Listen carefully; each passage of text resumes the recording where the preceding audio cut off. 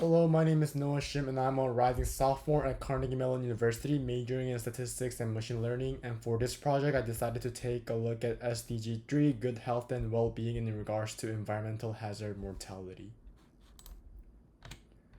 So I want to talk about the overall description of my project. So the main variables I would like to talk are the ambient air pollution, household air pollution, wash and poisoning mortality rate across 180 different countries from the data extracted from WHO and UN SDG.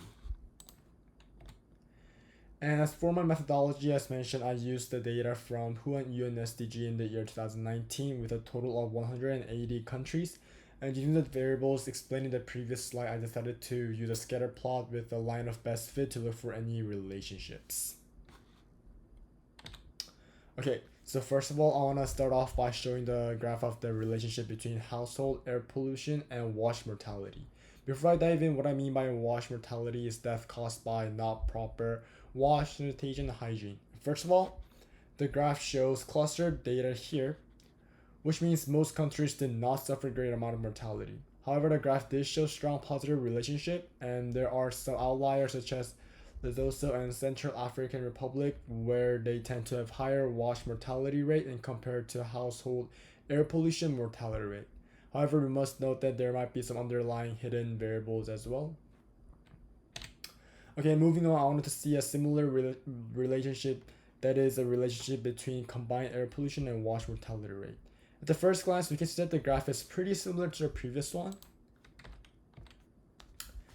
And also data is clustered here, but it can be seen that there tends to be higher combined air pollution mortality rate than wash mortality.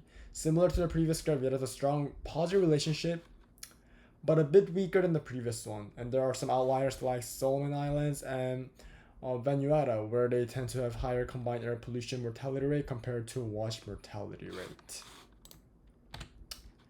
And I wanted to dive in deeper by comparing the predictive variables for the previous two graphs, that are ambient air pollution mortality rate and household air pollution mortality rate. And since both show strong relationship between wash mortality rate and their graphs were similar, I was expecting high correlation, but I was wrong.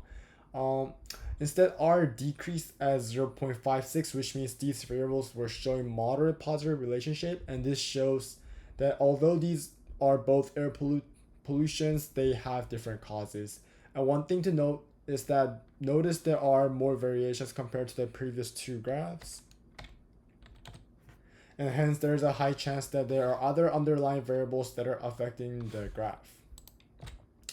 And lastly, I wanted to do a follow-up graph of relationship between wash mortality rate and poisoning mortality rate to see if a poor infrastructure leads to death by poisoning, which showed weak relationship as R was 0.46, and hence this also indicates that there are also underlying variables. Similar to other graphs, the data are also clumped here, which means majority of the regions suffer less death. And as a conclusion, I wanted to give some main takeaways. Both household and combined air pollution were strongly related to wash death rate. Hence, it is recommended to have basic infrastructure. However, since these two variables showed rather moderate relationship, we can't just say they are caused by the same factor, but say that there are other underlying factors that are playing. At last, poor infrastructure does lead to death caused by poisoning, but the R value is rather low, indicating there are also other underlying variables that are at play. Yeah, thank you.